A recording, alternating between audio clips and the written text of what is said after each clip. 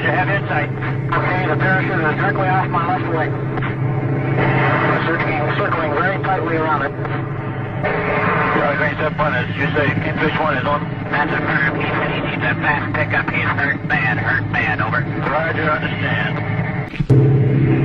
Kingfish 1, this is Firefly. We have you located.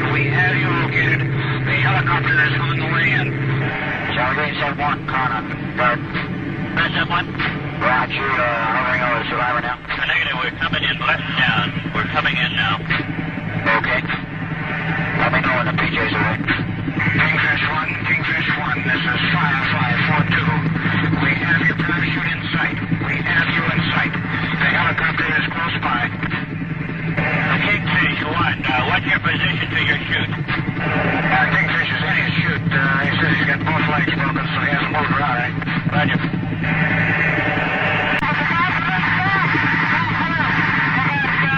Okay, you're right over him, he says. PJ's going out the door now, Chuck. Roger. Firefly, 10 degrees entering here, sure, Roger, baby. Turn your beacon off. PJ's underground, going to the survivor. 614. 3614. Are you ready, PJ? Okay, can you come over and get us now? I'll try to put a smoke in. I hear smoke, PJ. Going over to survivor now. Roger. Right there. Don't be good.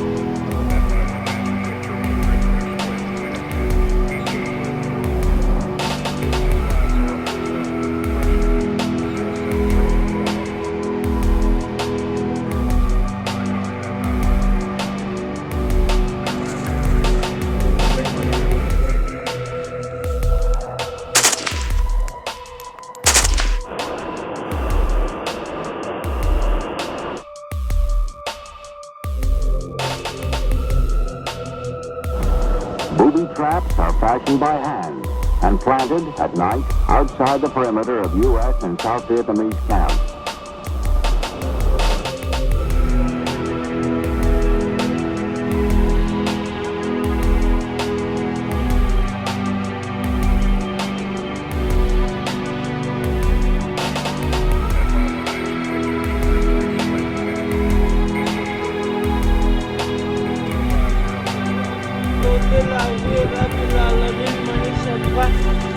Come on, let's run.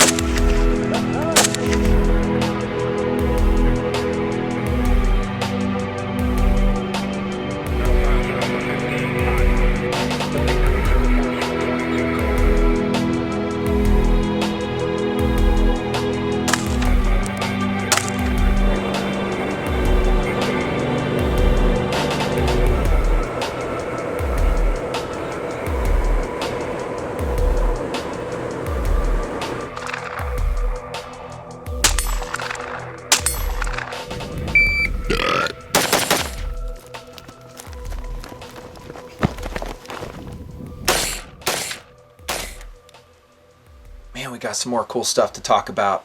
Hey dudes, welcome back. Part 3, my video series, Behind Enemy Lines, the Nutnfancy Combat Egress System, or CES. When we left off in Part 2, we were talking about the integration of a long gun, tactical carbine into your CES. I was explaining my choices, and more specifically, my philosophy. We'll get back to the specifics of my current choice, the Kel-Tec SU-16C. I will explain more in depth why. Talk about some more choices here in just a minute or two. But I want to go back to that one part, philosophy. And I'm going to get heavy with you guys right now. Are you ready for it? Going to get real. And a mission coming your way on camera, perhaps for the first time ever in the Nutnfancy project.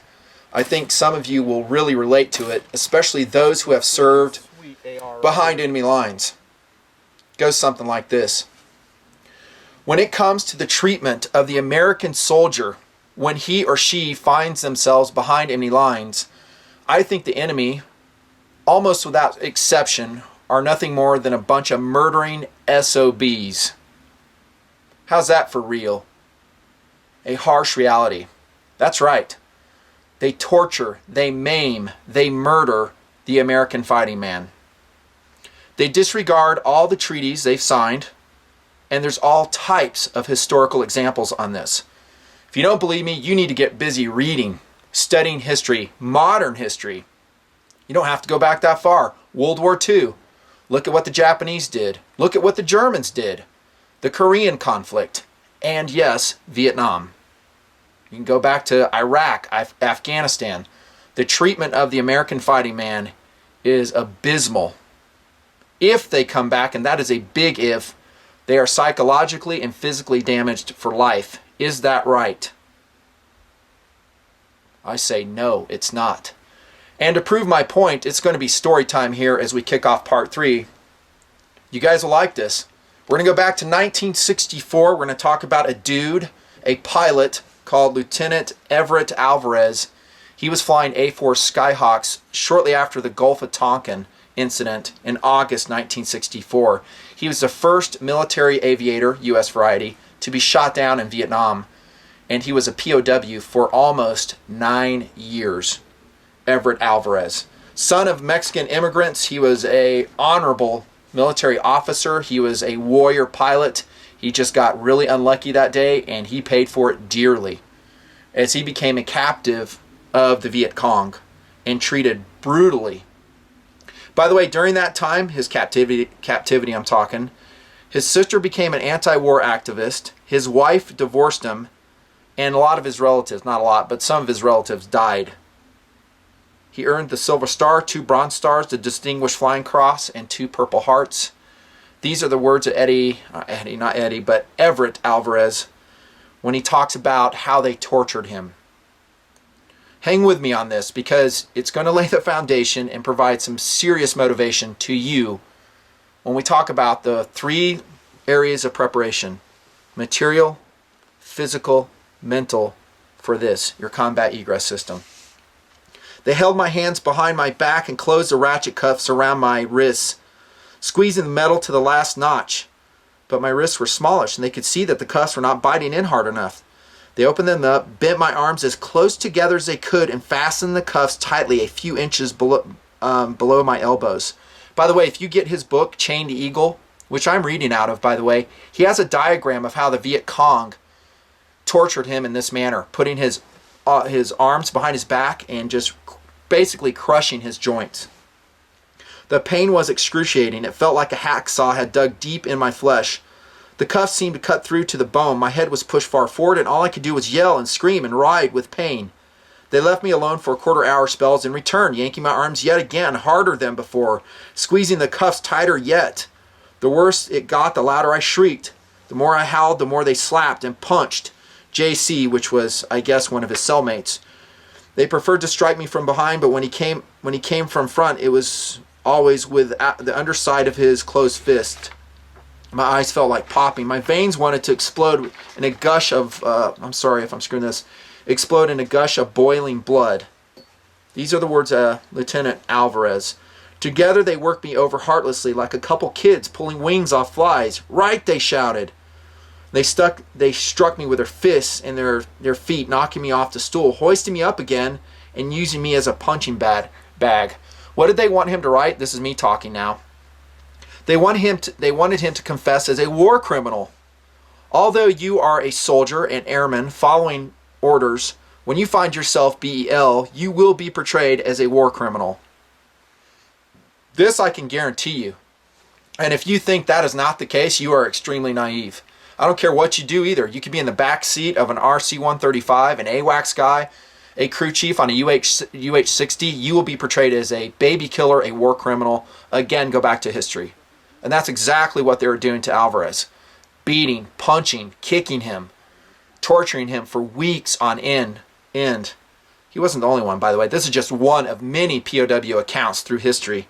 I'm just concentrating on him because I think it's glaring. I wanted to die, but not even in these extreme circumstances, battered and trussed by metal, could I ever have ended my own life. I had expected pain of a limited duration, something I could grit my teeth against and endure, but not this unrelenting squeeze day after day, week after week. Just when I figured that they must surely had their fill, the two sadists returned to their business. They were not going to let up until I had broken or passed out. He ends with this. Well, ends in my reading with this. When they unlocked the cuffs, my hands were numb. I saw them attached to the ends of my arms, but they looked like frozen gloves. I could not bend the fingers or cup the palms. They felt like dead weights. For the first time in my life, I felt sheer hatred. What my captors had done was not only unnecessary, but barbaric. There was no military advantage to be gained from extracting a, he says in quotes, confession. They would use it strictly for internal dissemination to justify planned tribunals against U.S. war criminals. The words of Lieutenant Everett Alvarez, A4 Skyhawk pilot. He returned, by the way, in 1973 with honor, given those awards. My intent is not to instill in you a hatred of the enemy. My intent is to instill within you a warrior spirit. Back to my philosophy of the CES and why you're looking at the gun you're looking at. Does it make sense now? And you've probably already figured out we're talking about a lot more than just material preparation. A lot more. We're talking about serious, meaningful, real stuff, and you're listening to it from a 20-year veteran of the Air Force. Mentally, going back to my confession of sorts, I told myself if I'm behind enemy lines, I'll be damned if I'm going to allow those sons of bitches to do that to me. Again, more realness, more stark reality. I'll be damned. I'm not looking to hurt anybody. Again, I want to walk out unmolested. I don't want to kill anybody. I know you don't either. We're American fighting men doing our job behind enemy lines.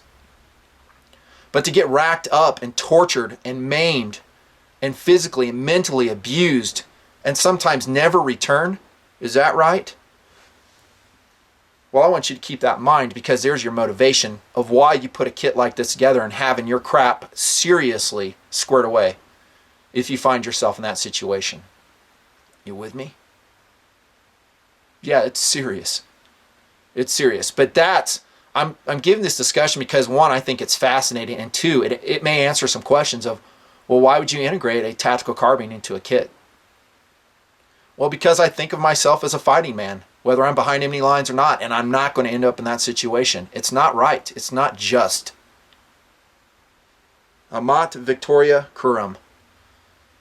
There you go. So you prepare. You prepare mentally, and that's what we're talking about right here. Mental preparation. That I want you to have no no rose-colored glasses on when you view your enemy, whoever it is.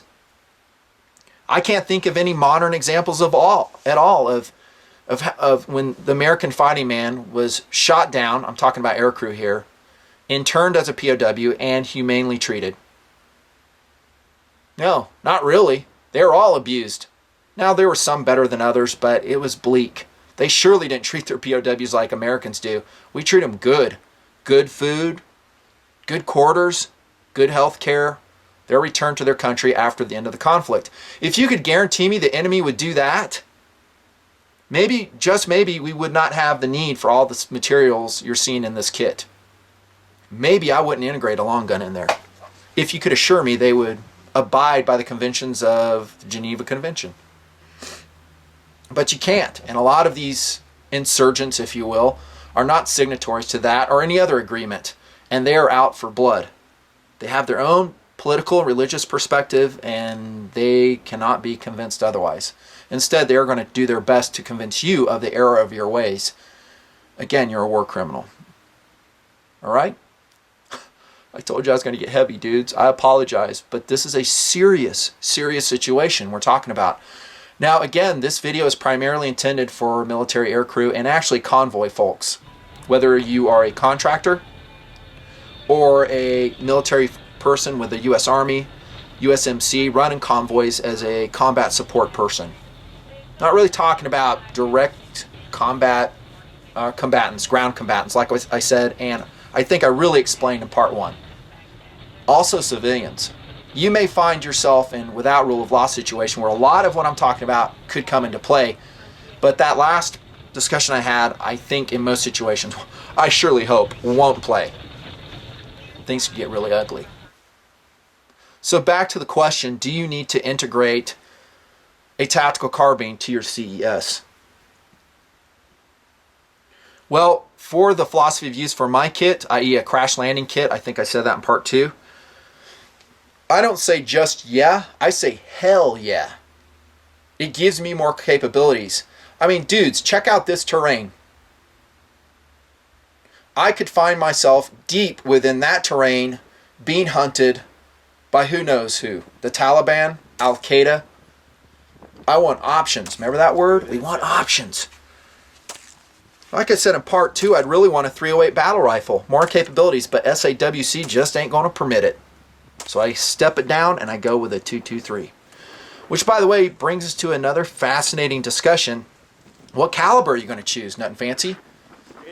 Well, like we've discussed in previous parts, I'm a big believer in being indigenous when you're shot down, when you're in BEL.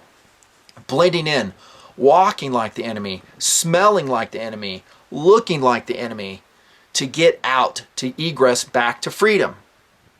You can make a case that part of that would be using an indigenous caliber like 7.62 39, 5.45 by 39. That is a good approach to it. However, I need the weapon to meet my specifications, and a few don't. Let's get back to the Kel-Tec SU-16C, and the reason I like it. By way of reference, remember what I said. This sucker is 5 pounds 15 ounces as configured. Just as you're seeing it, it's even lighter if you don't have the optic on it. If you want to just go pure irons, dump the light. 26 inches overall, and it's extremely portable. When we ended part 2, by the way, we had a short discussion on whether or not to integrate a weapon light. I do recommend it. Lighting redundancy is important. I don't think I told you what model this one is, though. It is a 4.7 Maelstrom tactical light. Reviewed here in the Nutnfancy project. Highly recommended. Very cost efficient. Very capable. I would say about out to 80 meters. I know they give all kinds of ridiculous claims for all tactical lights, what they can do. I address those in my lighting products reviews. It doesn't play out that way. Maybe to 100 yards, usable illumination on a bad guy. That's just my mileage. You may differ. That is an aluminum scope ring. Underneath it is athletic tape to prevent the light from slipping out. It really locks it in. Streamlight tactical illuminator mount, just like we talked about in part 2. Great light. No, you don't have to have a light. I like the option. Notice, by the way, the camouflage on the light. In part 1, I said that camouflage is not going to be accurately represented in the specific item review of the CES. Here we see an example of it. Not the light. That's perfect. That's in Duracoat Magpul Flat Dark Earth. One of my favorite colorations. Love it. It works in so many environments. But the gun is black. Not coated. Check out this picture of a Kel-Tec SU-16 CA in TMP with a condensed multicam applied by missionspecamo.com. That's the coloration I'd be wearing right there. Either that or a solid tan. Magpul Flat Dark Earth, Black Hawk Coyote Tan. You could spray paint it. Don't matter. But Duracoat, Cerakote's going to be a lot more durable. I would recommend that before you go in theater. That's just me. I leave this Kel-Tec SU-16 black because its job, its POU, is urban fighter, not as a CES gun. Does that make sense? for an urban environment, where I think a black gun could be advantageous because it has more, I don't know, deterrent capability. Everybody understands what a black gun is, and you might not have to fire a shot, and that's what we prefer. And civilians, you might want to consider just keeping your gun black in your CES if that's what you're doing. You want it to look intimidating. You want it to look tactical. When we're BEL, the absolute opposite could be said. We don't want it to be seen at all. And yes, black is a very visible color. You can see it very distinctly against tan backgrounds. When we get into woodland presentations, maybe not so much. So this is not camoed the way I would like to, because that's not this gun's role. Once again, a little modification there, some sandpaper on the magazine release. And getting back to why I love the Kel-Tec SU-16C specifically, the short overall compactness, and also notice that a 30-round magazine will telescope through the buttstock. We can shoot the gun as it comes out from the CES without even putting the stock together. Check that. Either way, the gun is ready to rock and roll. Do you need full auto fire? Here we go again with some more, I think, very fascinating philosophy, and I want to throw down some information out there. I would say, again, not just no, but hell no. Why is that, Nutton? You don't have the logistics, dude. How many rounds are you going to carry?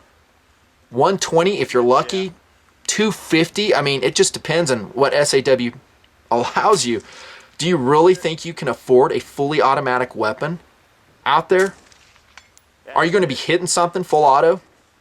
No. Remember I said SAWC is going to make your choices for you. That's what you're seeing right here. You need to have a semi-auto. How about a bolt action, lever action for civilian CES? No. I prefer not to. I like semi-auto because I can rack off rounds quick if I have to. I can provide covering fire. I've had many videos out there showing how fast I can shoot with a semi-auto. You're probably just the same. Works great. Speaking of which, this again is a piston gun. It's not DI. I love DI, but this is a piston gun. And I would run brass ammunition in it. Not steel. I run steel in my running guns, but not in war situations, dude. Brass, the best ammo I can get a hold of. M193, whatever, I don't know, duty ammo is, that's what I'd be running. Incidentally, the Kel-Tec SU-16C, or if you want to integrate a different model, they're all excellent, needs to run with GI mags, because mag pull and some of the other polymer mags just won't fit telescopically like this. So you're going to see in my system GI mags, specifically because I've chosen a Kel-Tec SU-16. We talked about this optic. The speed dot, is it the best choice? No, totally serviceable, especially for the rounds you're going to be firing. The ergonomics on the gun are just amazing, and try to beat it. As you go out looking for a gun for integration, so you won't get captured, so you won't get tortured, so you can return to freedom. Look at the weight. 5 pounds, what did we say for the 5 pounds 15 ounces, but that's with all this stuff on it. It's a lot lighter without it, and see if you can match it. Some other options I would recommend, of course, would be, I'm going to talk to my civs for a bit here, just a standard AR-15. Here's that amazing value, the Smith & Wesson Sport. It's a 16-inch barrel, carbine system, semi-auto AR-15, running the EOTech XPS 2-2 once again. Great optic. I think we talked about closing it up, not closing it up. But this does not have the same short overall length. Look at the difference. Compactness is important, extremely important. Remember, hopefully you're hauling the system around a lot, using it never. That's what I really hope for you guys. I would look perhaps at an SLR 107 if we go back to the indigenous caliber concept. I think that's a Bulgarian produced, Arsenal imported, AK variant. It's semi-auto only, and it is 7 pounds, so it's going to be substantially heavier than the Kel-Tec SU-16C, 25 inches overall length. So it's actually shorter in length with that little European length stock fitted to it. Talking about the SLR 107. And it's chambered for 7.62 by 39. The upsides on that are that your shell casings, assuming that you've chosen an indigenous ammo, will blend in. Did you catch that last part, by the way? Because 223 casings, 5.56 casings are going to be very noticeable unless you're fighting an enemy that is also shooting the same ammo. They're going to pick it up and say, oh, Winchester, Americans nearby. Now, maybe you got a foreign manufacturer 5.56 ammunition that would blend in. That'd make more sense. You can make the case, by the way, that, hey, this discussion can get so deep. You can make the case that any brass casing, or steel casing for that matter, that's new is going to draw attention to yourself. Unless it's rusted, weathered, they're going to say, hey, someone passed through here. This isn't our shell casing. We're close. So let's focus our search in this area, guys. The Americans are nearby. So maybe it's overplayed on caliber, the indigenous caliber, but it is a factor. If you go with 7.62-39, I would try really hard to get some enemy ammunition. The exact ammunition they're shooting with, and load your mags with that. That way it will blend and they won't be any the wiser. Another option, we're still talking tactical carbine integration, CES, the SLR 106U with an SBR. I'm talking SBR'd. So that is a pistol by Arsenal. It's 6 pounds. It's only 20 inches in overall length. It is currently chambered in 5.56 by 45 or 223. So it's not an indigenous caliber, but you can SBR it, do the paperwork. Again, we're talking about the concept of latitude. Remember that. What your unit allows, who your unit is, your contractor business, whatever. But you can slap a stock on that and you have a really short center fire tactical carbine. Good out to at least 200 meters. That's an iron sight proposition though, the 106 uniform. Because it does not have a side attached rail. There are some top cover rails that you can integrate. But before you know it, you're going to have a system that weighs more than this. Again, this is your standard measure, and this is what I'm throwing out to you guys for your consideration. Let's just call it 5.5 pounds tactical carbine in this chambering. 30 rounds, reliable and extremely accurate, by the way. One of the highest scores in the sledgehammer run and gun here in the Nutnfancy project was put down in my hands with this gun, this exact gun. It was running a different optic on it, a scope, which by the way is a great option. You could put a 2x8 scope, a 3x9 scope, and I think not even illuminated. I think you're squared away. Good choice. Another one might be the Kel-Tec Sub 2000. The advantage of that is it would be a common caliber with your pistol if you decide to run 2 guns in your CES. Dig? So you could run Glock 18 33 round sticks. I'm talking about 9mm in this case. And it transitions from the Kel-Tec Sub 2000, by the way, reviewed, highly recommended here in TMP. And it can get thrown into your Glock 19, your 34, your 17. Works good. It is only 4 pounds 3 ounces and 16 inches when folded, the Kel-Tec Sub 2000. It's only 30 inches when open. You can go with a 40 too, abandoning the indigenous caliber concept, which obviously I've already done. I've just signed off on it. The problem I have with the Kel-Tec Sub 2000 is I just don't put a lot of faith in pistol cartridges. I mean, I've shot a lot of steel at distance with them, and when I hit at 100 yards, even with pistol cartridge, and I hear the tink, it does not instill confidence in me. You know, wind kicks up, I'm shooting in the snow, the wind and the rain. No. 223 minimum. I feel undergunned with a 223. I feel like I'm manning a pop gun with a 223. I think I said that in part 2. I'm not kidding you. I want something bigger, but this is all I can take. So yeah, 223. Usually. The reason I say usually, I'm going to transition here a little bit, is because you could make a case to integrate something much lighter with a lot more rounds, but without the distance capabilities. I already said the Kel-Tec Sub 2000. That's in that category, but I'm going to throw this out to you. You didn't see this coming. Here comes a curveball. Nutnfancy project, CES. I'll knock a review out on this sooner or later. How about the Ruger 1022 takedown? Oh, you did not see that coming, did you, dudes? That's right, you could make a case for that. The case you could make is the amount of rounds you can carry versus 223. It's a 22. Very limited range, by the way. Well, Nutnfancy, I can shoot 100 yards with that. All right, man, let's get real. Okay, yeah, you can, but is it going to be deadly? It'll be considered nothing more than harassing fire by any enemy that knows what a 22 does.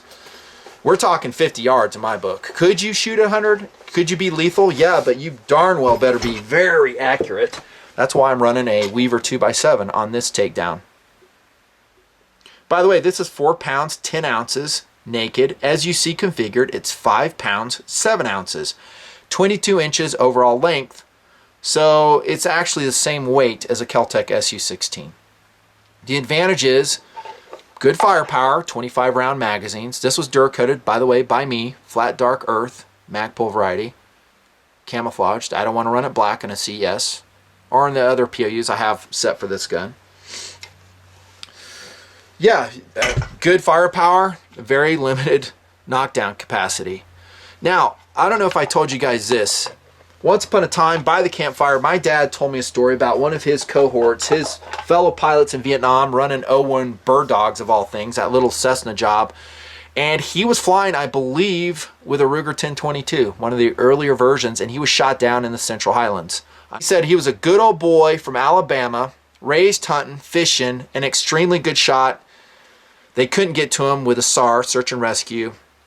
They got to him the following day and extracted him, and they were amazed to see about, I forget the exact number, but it was like 35 dead bad guys around him. He just holed up in the woods, great hiding place. He would change position to position. He was all alone, and he used his 22, and he headshot the bad guys. Distances, I believe, up to 100 yards. So it can be done. It has been done, a 22. And think about all the rounds that dude is going to be carrying. Where's my bag? Here we go. Versus 223. There's the advantage of that. And civilians, you should really consider this, because I think it makes a lot of sense. A 22. Maybe not a lot of sense. Let's say some sense. By the way, back to philosophy. You guys digging this, by the way? When you go ahead, you aircrew members, I'm talking to you now, and you integrate a long gun, let's say you're captured with this, again, you're going to be portrayed as a warmonger, especially with an outfit like this. They will use every piece of kit and item that I'm showing you, and they're going to pull it out and it's like, well, why would you arm yourself this way? You are a warmonger. Okay, so be advised. When you integrate especially that, you've lost that argument when you start getting tortured.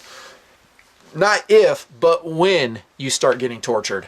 Whereas, again, like I said in previous parts, if you go with pure stock, pure issued equipment, and you don't expand on it at all, you're going to have a lot easier time with the enemy saying, well, I'm just a soldier, I'm just doing my job, this is what I was issued. Okay, you follow? I got to be honest with you guys, and I am being very honest. We got to press on. Now, I'm not going to say there's not some other gun options that you could choose, but my favorite you're looking at right here. For an Afghanistan style, an Iraqi style, maybe some other theaters of war, military aircrew weapon. Oh, I forgot to mention another favorite. That is the M4 carbine. It's 6.4 pounds, 30 inches overall retracted length. That's a great gun, the M4 carbine. It is going to be heavier than this by a pound, more or less. Don't use it in full auto, you don't have the ammo, but it's good. And that's an issue in a lot of pilot jobs, aircrew jobs, convoy jobs, an issued weapon, an M4. I'd still prefer Kel-Tec. It's lighter, just as accurate. There you go. Military long gun. Yeah, I want standoff capability. It makes me feel good inside, warm inside. I don't know how many parts this thing's going to be, but man, we're talking about some very fascinating stuff if you ask me. Let's dig into this pocket. We talked about the gloves, did the GPS, E-Trex 20, I think. Lighting. And you may be shocked to learn that it's one of the older lights that I reviewed here in the Nutnfancy project. That is an old style Phoenix P3D. Hey Phoenix, go back to this form factor, please. Fully regulated CR123 batteries, multi-mode, extremely durable. This is a limited edition OD version. All of this would be painted, by the way. Where's that can of spray paint again? What, nothing fancy? Not Duracoated? It depends how much time I had. If I had time, I'd DC it. If not, I'd just paint it. If I'm in theater, paint the crap out of it. Paint the band, everything. We don't want anything bright. I tape the front of this. Now, I told you I love the 4.7s, Mini 123. I don't even know what the heck they call it now. I keep losing track of all the renaming they're doing over there. That's a great light, but it doesn't have the burn time of a 2-cell 123 primary flashlight. It doesn't. And you want bird time. This is very narrow. It's fully regulated. And it just works great. I wish Phoenix would make this again. The PD series wasn't large. It's fatter, it's longer, and strapping it to the side of your head, not good. I reviewed this light. I reviewed the Phoenix headband. It's still my #1 way to strap a light onto your fat head. My fat head. Yes, we have extra batteries. Yes, I would probably include a red filtered lens with that. But I'll tell you what, remember I talk about my lighting products reviews that we want a moonlight mode? Go back and look at my flashlight reviews, and I make a big deal about that, the moonlight mode. This one really technically does not have a moonlight mode. It's dim, but not dim enough for me. That's what you want in BEL, because that is very hard to distinguish. It doesn't show a long way, and so this light doesn't have it. Some other ones I've reviewed and will review in the future do. You might want to look for that. So that's a light. It's on the exterior pocket because it's important. Remember, the aircraft could be dark, no electricity. I'm looking for stuff I can find by feel where that light is, strap it, and I'm in business. On the exterior, I also have a TLR3 weapon light. This is extra credit. You don't have to have a weapon light. Yes, I have a pistol in this system as well. We'll talk philosophically about that. TLR3. That is a great weapon light, worth the money. Yes, Duracoated. I am showing you more or less some examples of camouflaging here. Your pistol could be your primary weapon. I think most of the shots you're going to take are going to be close range, honestly. I really do. But they don't have the firepower or the accuracy if you're caught long range. There's my battery pack, and I don't have enough. I would probably take 2 sets of 123s. These are all lithium, just like I said. These are the AA version for the GPS. Yes, I would like them all to use the same battery, but that's not where technology is yet for the systems I want to integrate into the CES. This right here is for the Spot Messenger. By the way, those batteries last a long time. There you go. I think I talked about the Spot Messenger. Oh, dudes, do you remember this review? The Dr. Monocular, the James Bond optic of choice. Would you integrate that into a CES? I say absolutely. You will probably be using this more than anything. By the way, Doctor contacted me. They're great folks. They were very appreciative of the review, and they sold a lot of units. If you can find this for your CES, I highly recommend it. It will save you a lot of weight and room in your kit. There are some other options, and I have one here if I can find it. It is my Zeiss Victory, very compact binoculars. You've seen them before. And they are excellent. They really are. I mean, I've gone whale watching with these, tactical shoots, 10 power. I've had them for probably 10 years. They're just amazing. But they're much bigger than this. You're going to be in the glass a lot because your situational awareness drives to whether you're going to get out alive, dudes. Where are the bad guys? Where are they heading? How many are there? What are my odds? You're going to have to get in the glass. If not you're going to have a teammate in the glass while you're manning the weapon. Hold up, fully camouflaged, running silent, running deep. Take an optic. It is critical in your CES. Might be expensive too. Speaking of expense, putting it together to the level I'm showing you here, I ain't going to lie to you, it's expensive. To do a kit like this, it is not cheap. You can cheap out on it, but you're not going to have nearly the durability or the capabilities. Just a thermal comp. Backup compass, and yes, I would have a map of my area. Hey, that's white. That's not camouflaged. I know. I'd probably tape this around, put some military duct tape, tape this backside wind chill. Thermometer. Yeah, I like it. And I have a little liquid-filled compass in there. I'd cram as much as I could into this pocket, dudes. Right here, as long as the weight doesn't get out of control. Here we go, back pocket.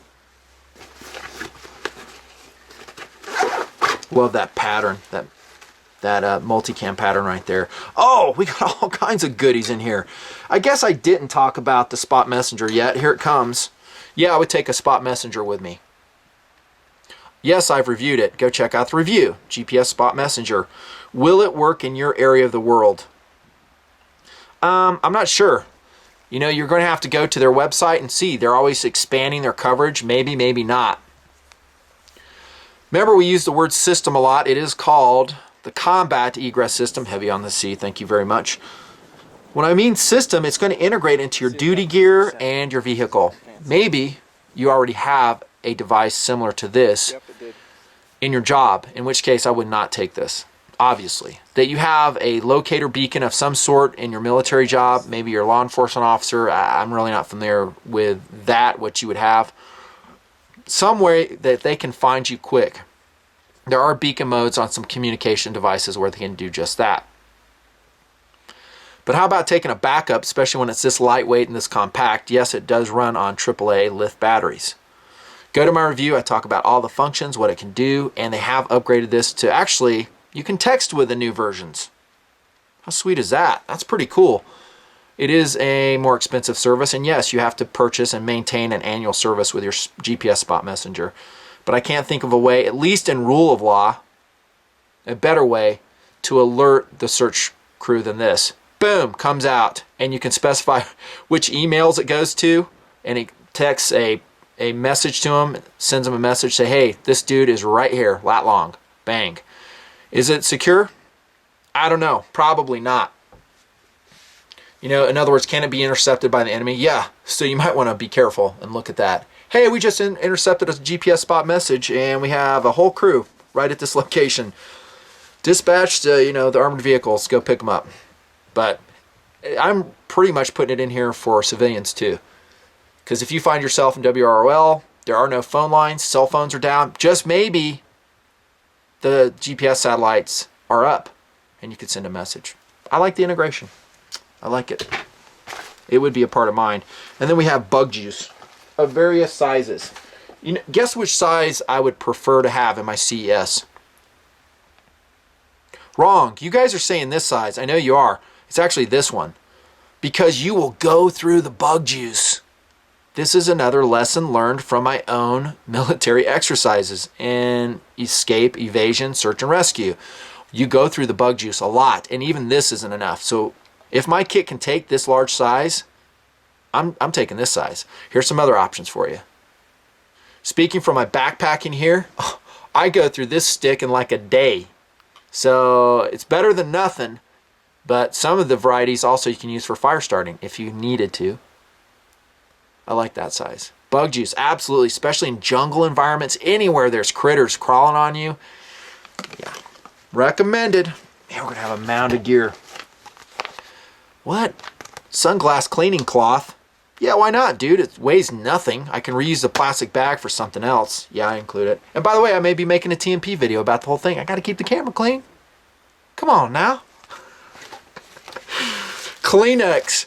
Hey, it's not olive drab Kleenex, Nutnfancy. So, still cool.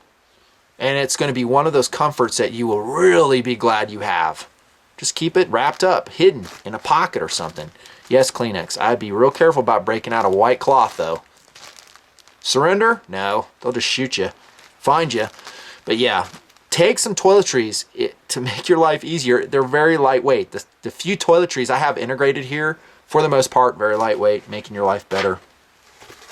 Lexan silverware, just like you saw in the USK. Bring it.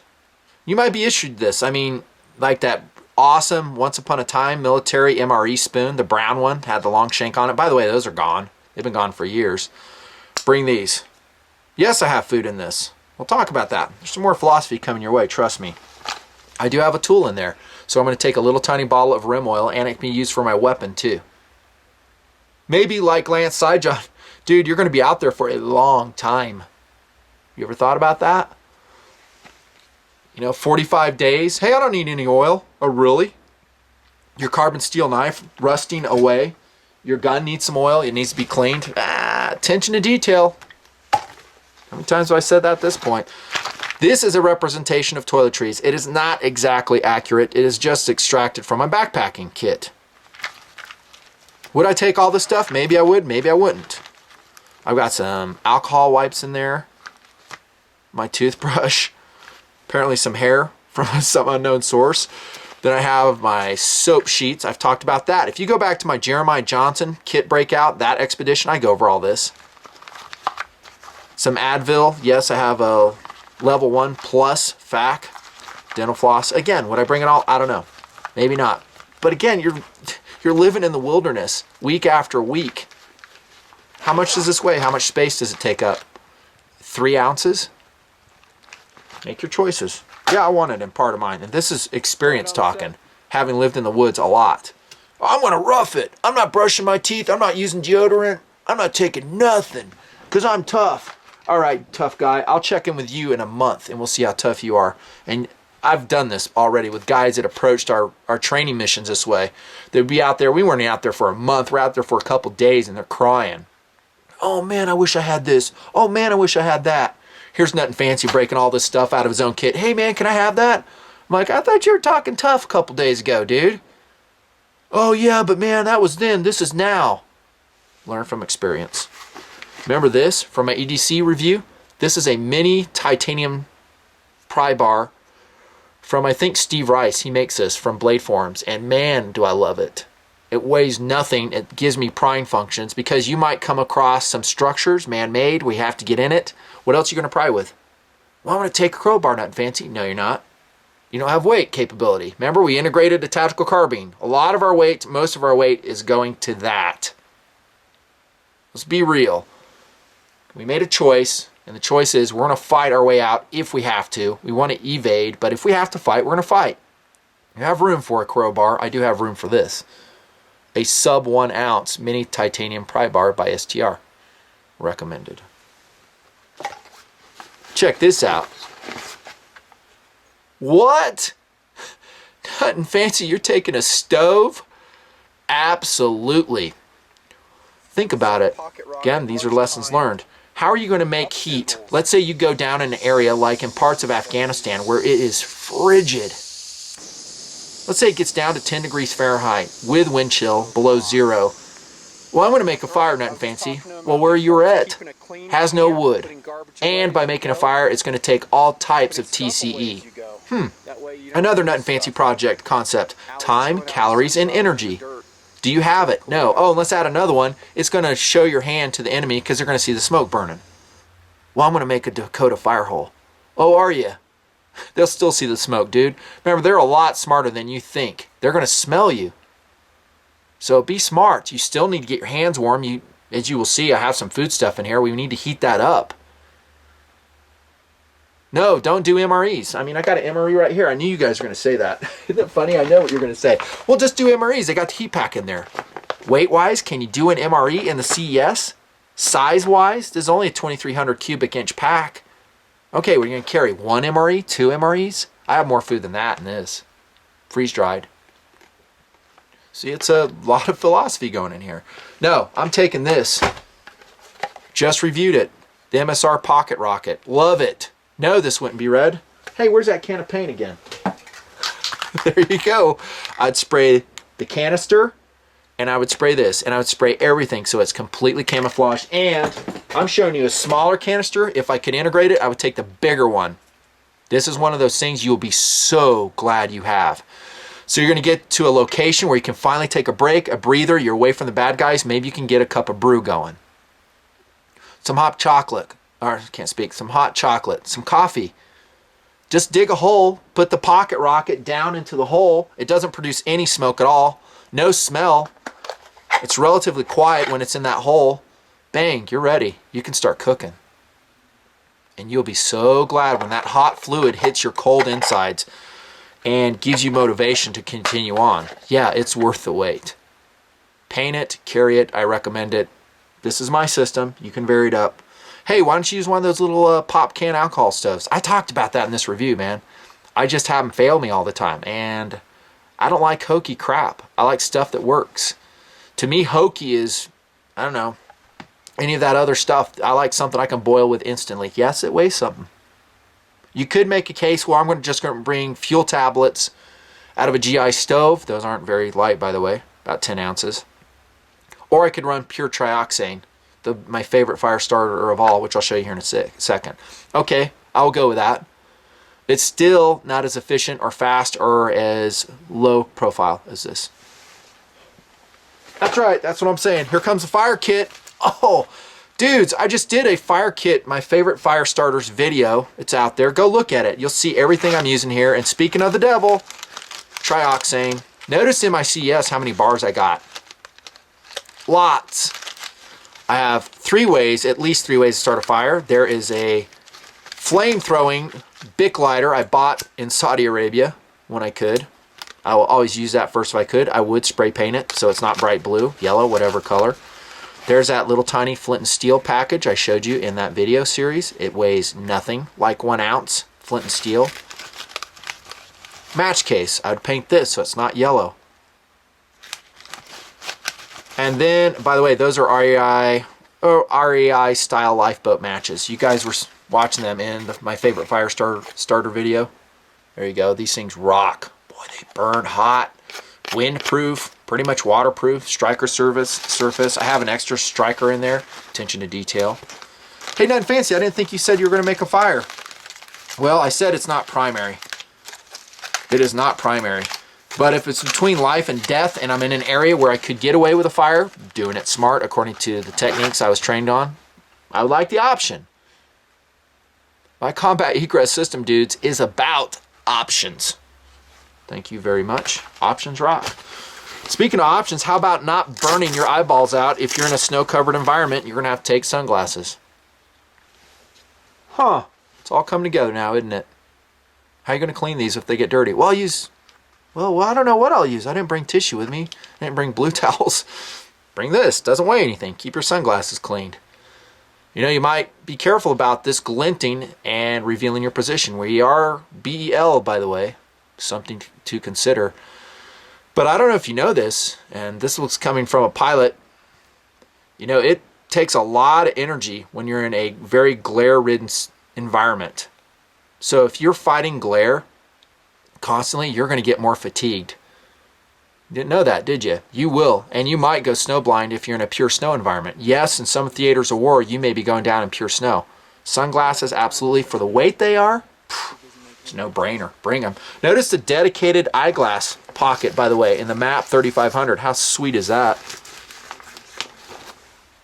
Duct tape, and I don't have enough. I put more on there, and this is my favorite brand ever, the Gorilla brand, dudes. Stuff rock. You can use it for so many things. Definitely bring duct tape with you. Not the lightest stuff around, but it's extremely useful. What else we got here? Well, you see a knife peeking out there, don't you? We'll get to that. All right, a lot of you military pilots, especially Air Force variety, you're going to have this in your kit, and that is a signal mirror. In the Jeremiah Johnson expedition, I showed you how this worked. I gave you a great little lesson there. Extremely effective. What's job one if you are BEL? To get back home. Thank you very much. It's not to kill the enemy.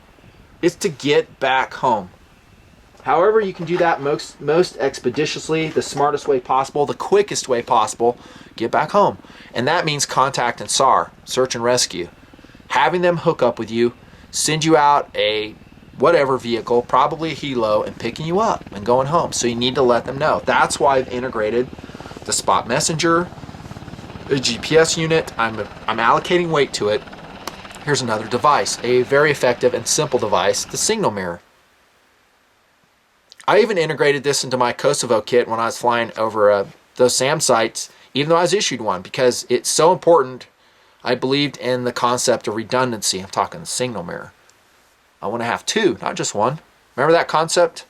2 is 1, 3 is 2, 1 is none. Yeah, kind of like that. And it doesn't weigh anything, and it floats. Instructions on the back if you forget. Bring a signal kit. Absolutely. Man, this is fun. Fun and serious, too. Speaking of signaling, how about your whistle? Hey, we're in a combat environment. When would you be whistling? When SAR is there. And you have no voice for whatever reason. You're sick, you're injured, and they don't know where you are. And they're laying down suppressive fire. Here comes the helo trying to pick you up. You're trying to yell to them. They can't hear you. Whistle. There's all kinds of scenarios where I would like to have a whistle. Maybe you go down in the water. Maybe you're not in a combat environment at all. We haven't really addressed that. Yeah, you have a CES, but where you went down and where you find yourself is not a combat environment. It's a wilderness environment. There's no enemy anywhere to be found. And you want people to see you. That's why I would have a whistle. Come on, man. Didn't you see Titanic? That's funny. Snare wire, absolutely. I need to eat. I'm going to trap the critters if I can. Oh, totally trap those critters. This is military snare wire.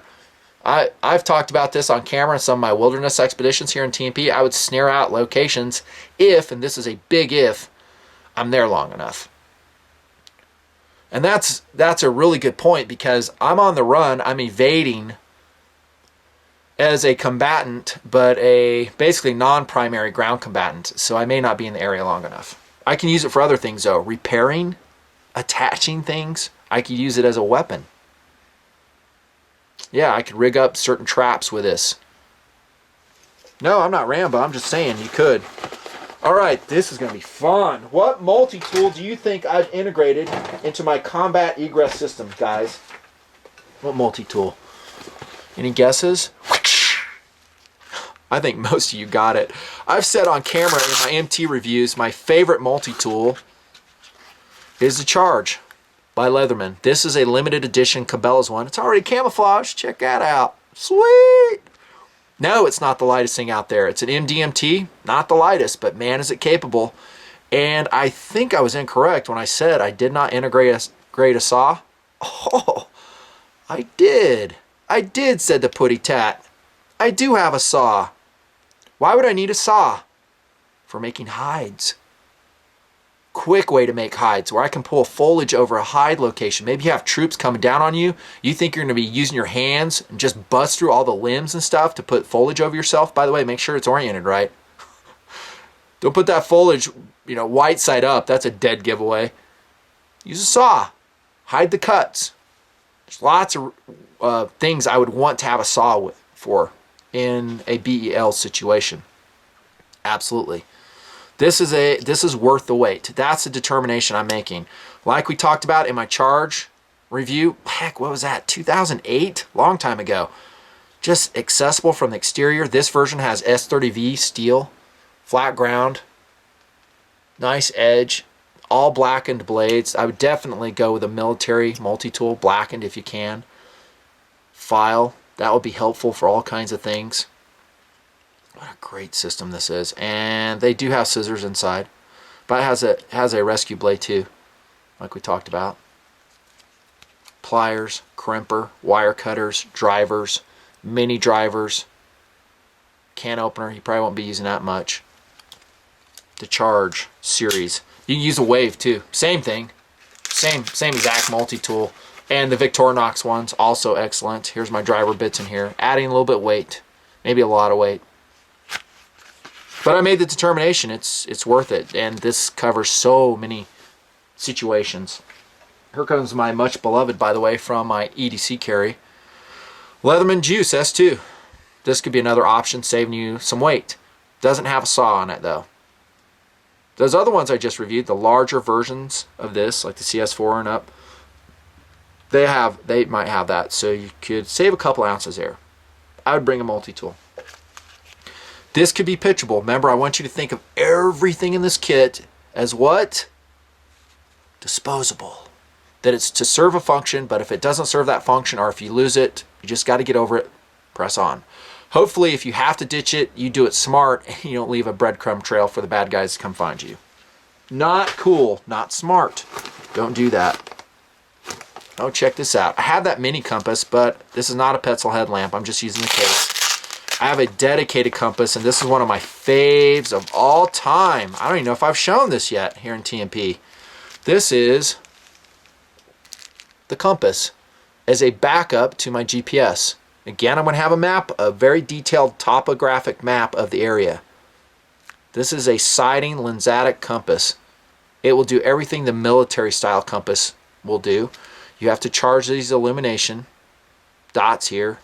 Rotate it, apply your variation, everything they teach you in map reading in the military, and it weighs nothing. Nothing. Be careful of that mirror, by the way. You have it out, you're trying to get a sight, next thing you do, you flash the enemy 500 yards away, and they go, oh, there he is. Send a mortar round over there. Specifics, I guess they call it the Landmark Type 27. Silva variety. Great compass. And I just had this old Petzl headlamp kit in here. That's how I'm storing it. No, I'm not going to totally rely upon my GPS. I'm not. I'm running out of time. We're going to come to the end, and I guess I'll start right here. What knife is it? Oh, survey says. You guys have been looking at the clip the whole time. SOG Aegis. Thank you very much. Already camouflaged. No, I would not take an engraved version with me. Anything that shows who you are, what you are, don't do that. NBL. You guys know that. Military Digicam, black clip, black blade, AUS 8 steel. It weighs nothing. Nothing. What is it, like 3.5, 3.2 ounces, this knife? It's a great backpacking blade. It's a great combat egress system blade. It's a great weapon. Has great traction. Jimping topside. This is a great knife. Great knife. It's not the only one out there. I mean, seriously, dudes. Get into my playlist and I show you a lot of other great knives. Here's the TNP Special Edition Spyderco Tenacious. That's in our Desert Dragon, applied by missionspeccamo.com. That'd be an excellent pattern for all kinds of gear that we're showing here. This is the prototype. No, I wouldn't take the engraved. I'm just showing you the pattern for camouflage stuff. I said I wanted to represent that. This knife is a little bit small for me, a little bit heavy for me for this philosophy of use. That's right. How about the Pacific Salt by Spyderco H1 steel, fully blackened version? This is a superb choice.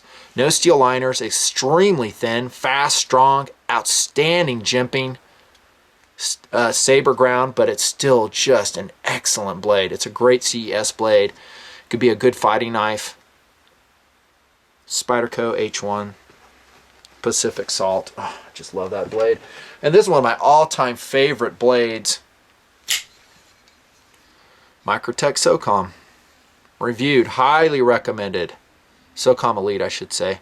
Look at how thick that blade is. S35 steel, super lightweight. Handle to blade ratio, just amazing. Excellent jimping. Glass breaker here. I would probably blacken this blade or Duracoat the blade somehow. Maybe Cerakote it. Have it completely blacked out. That is a great fighting knife, a great tactical blade, and it is strong. It's expensive too. Hey, your life is on the line though. If you're ever going to spend some money, isn't this the time? I would think so. Just saying. Here we go. Blast from the past, no longer made. This is a 440C Benchmade Ascent. Man, what a great blade that was. I wish you would have got one when I reviewed it back in 2009, 8, whatever it was. Great backpacking blade, a little bit on the small size for a CES, a tactical blade, but it could work. Weighs nothing. I can't show you many more blades than this just because of time, but that, I want you to think along these lines, and I cover that in my review. Remember when I say 4 ounces is my limit in review? What am I thinking of? I'm thinking of this. A combat egress system. Does it make sense now? Absolutely, a combat egress system. How would it integrate? Now, I'm not taking along a 7-ounce knife, 8-ounce knife, because I have other things I need to carry. Ammunition, more specifically. I want to carry as much as I can. I'm out of time. I'm out of time. And time flies, man. Told you guys this would be fun. Victory favors the prepared. Victory favors the prepared. I truly believe that. We're not just talking about material preparation, though. I spent 10, 12 minutes on the intro of this part 3 about that. Material preparation. Mental preparation. Part of that could be spirituality. Belief in your God. Physical preparation. Be in shape. How are you going to carry all this stuff? How are you going to walk out 100 miles to freedom? This is Nutnfancy. Thanks for watching. Come back to part 4. Out.